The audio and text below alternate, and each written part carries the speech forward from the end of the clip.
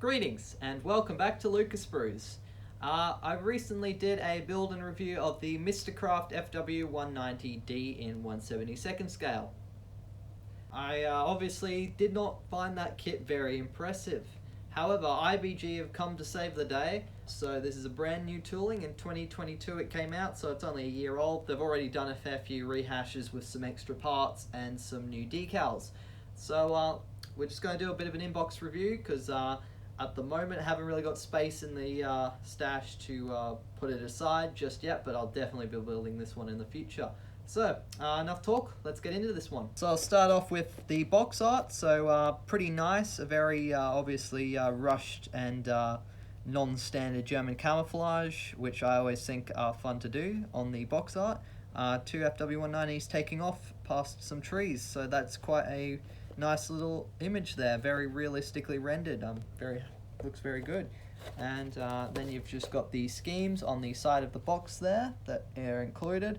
So as you can see, you got a little bit of variety in terms of the camouflage patterns, which is always fun. And then we've just got a few more kits advertised there, and nothing on the back. So let's open this one up and have a little look at the sprues.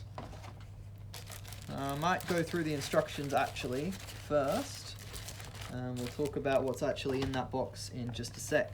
So, on the front here we've got a huge description of the Fw190 discussing the development of the D model with the inline engine.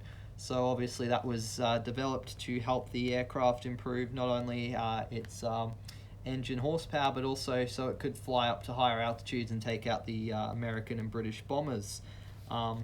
And that obviously required the extension of the fuselage and that new engine slapped in the front there. So that'll go into a lot more detail than I just did there, which is great. Starting off with, we've got a huge map for the sprues. That's very nice, laid out with the proper shading and all of that.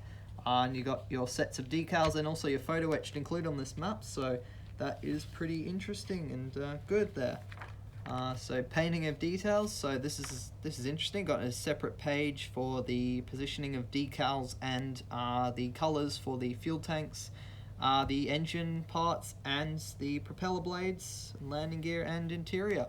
And here you've got your paint guide, so that's pretty good. It's got quite a nice wide range of colors there. So you got your Vallejo, your AK, they're the kind of main ones in Australia. Then you've got Mr. Hobby, Life Color, and I haven't heard of that brand before.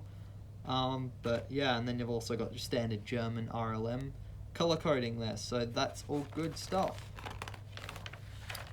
And the instructions are looking very nice and neat and very detailed. So you start off with, you've got the engine, so that's a really, by the looks of the instructions, we'll have to have a look at the sprue obviously, but looking at the instructions, that is some very nice detailing, and it's great to have that engine as an option. And the interior looks very good. You've got some photo etched options for the seat belts and some of the levers and the rudder pedals, so that's very well detailed. You've actually got a wing spar here even, which is unusual in model kits. You don't usually see much internal structure. From what I've seen, I think these instructions are pretty close to what it looks like, which is great.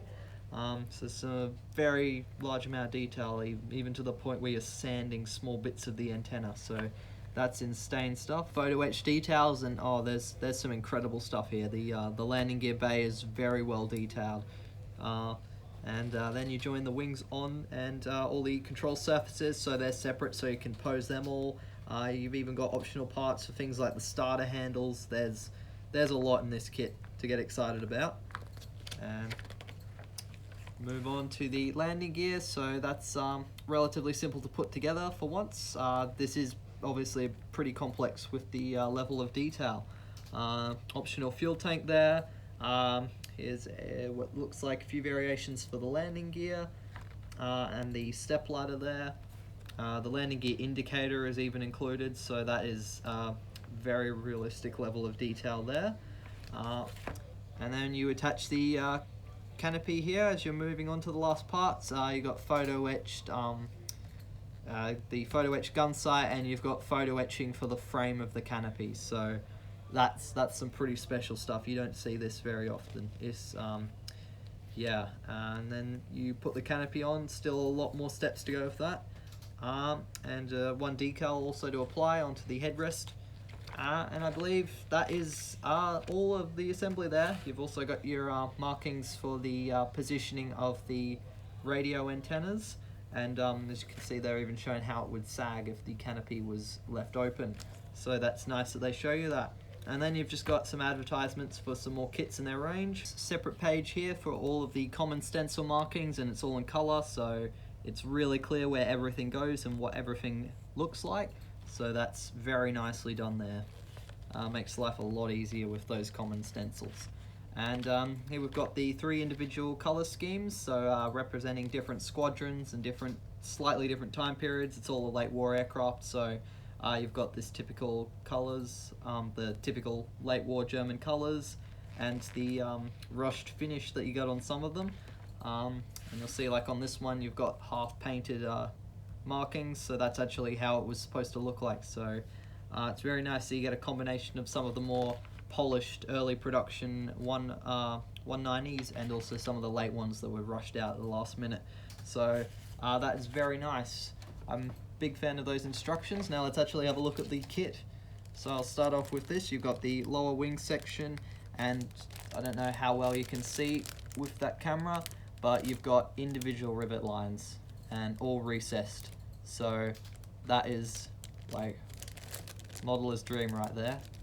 And the propeller, the detail is great. You can see the linkages for where it would rotate because it's an adjustable propeller. The cowling there, got beautiful details there. So, oh, that's nice to look at. And same thing on the fuselage here. You've got the stressed metal effect. That's done really well. Those rivets are still there, so that is beautiful. Have a look at some of the finer parts. It's worth also pointing out there's very little flash. There's a few injection markings that need to be cleaned off or cut off the parts, but honestly they've done a really good job. This is a very well done tool. So some of the finer details, you've got individual switches and stuff modeled for the cockpit, so that's really nicely done. The radiator fan and the different types of cowlings, they're really well done. Fabric control surfaces are nicely modeled there, and you've got metal steel parts for the elevator, so really nice. That landing gear is very well molded. I think you can even see the markings for the tire pressures and everything. Yeah, the detail is great. And the upper wing surface, again showing that same great level of detail with the rivet lines, or the individual rivets, I should say. We've got some clear parts here, so quite a few different options for the canopy. There was a few variations with the Fw190 during production, so it's nice that they've included those really nitty-gritty details if you want to go into all of them. And the quality looks pretty good. They're see-through, they're not distorted or anything like that. Very, very nice. Here we've got the engine, so the UMO inline V12 engine there. You've got all the wiring and the intakes, the covers for the crankshaft and the turbocharger and everything, that's all included there, so that's some beautiful detail. That would be very nice, having that aircraft either open for dioramas or that. You've got all those options for repair dioramas, or you could have the engine sitting separate on a stand. That's very nice. And then we've got the last set of sprues here with your fuel tanks, and then more details for the interior. You've got your bulkhead, your firewall, so that's very nicely done, and it's very, very interesting to actually see some proper internal structuring modeled. You don't see that a lot. So that's your wing spar running through there, and your firewall for the engine, which mounts off of that, and then your landing gear comes on that. So that is all brilliantly done. And yeah, various arms for the mounting the actual engine, and even some more options there into some of the finer detail parts. So they've really done their research on this one. And here you've got your armament, so your individual machine guns and all that separately done. Raised details on the cockpit instrument panel. No decals, I don't think, for that, but at that level of detail you probably will want to go photo etching for that. Oh no, I've spoken too soon. Here are the decals, and there are actually some markings for the cockpit. I can't see all of the common stencils. I've actually got them packaged in together with a separate decal sheet for the actual markings. So the markings look really nice. Not sure how they'll go with silvering, but I haven't heard of tech mod before, but if it's as high a level of quality as the rest of this kit, you won't be disappointed. And how fine the printing is on this is really amazing. So they've done a lot of research and they've put a lot of effort into those decals, so that's nice to see. And then on the other side we've got some of our prized photo etching.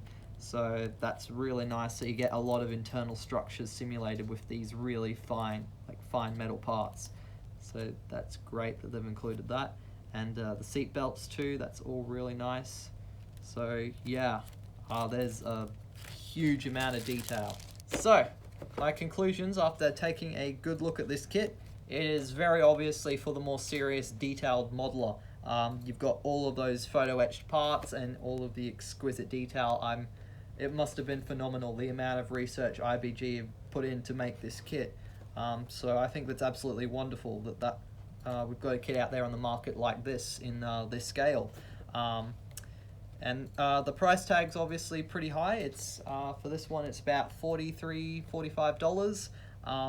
And so that's obviously twice as much as you'd expect to pay for an Airfix kit of about the same size.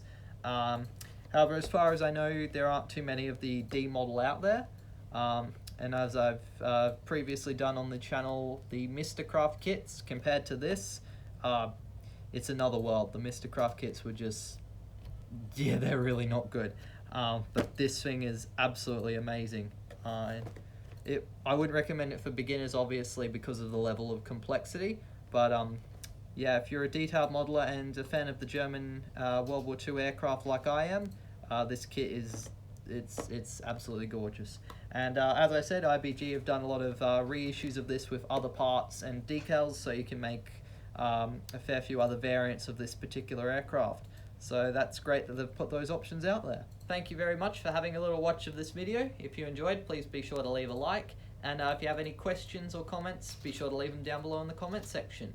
And a special shout out, as always, to my wonderful Patreons, Archie Palmer, J&K Jones, Emo, and Joan Moss, for your financial support. I really appreciate all of it. And obviously this video was done in conjunction with Tectonic Hobbies. So we've got the IBG kits in recently, only a small selection at the moment, but we're going to hopefully be building it up over time. And obviously if you come in and you want a specific kit, whether that be IBG or any of our other models that makers that we supply, just come up to the front and ask us and we'll do our best to bring it in. So yeah, check out the store, and thank you very much for watching this video, and until the next one, model on.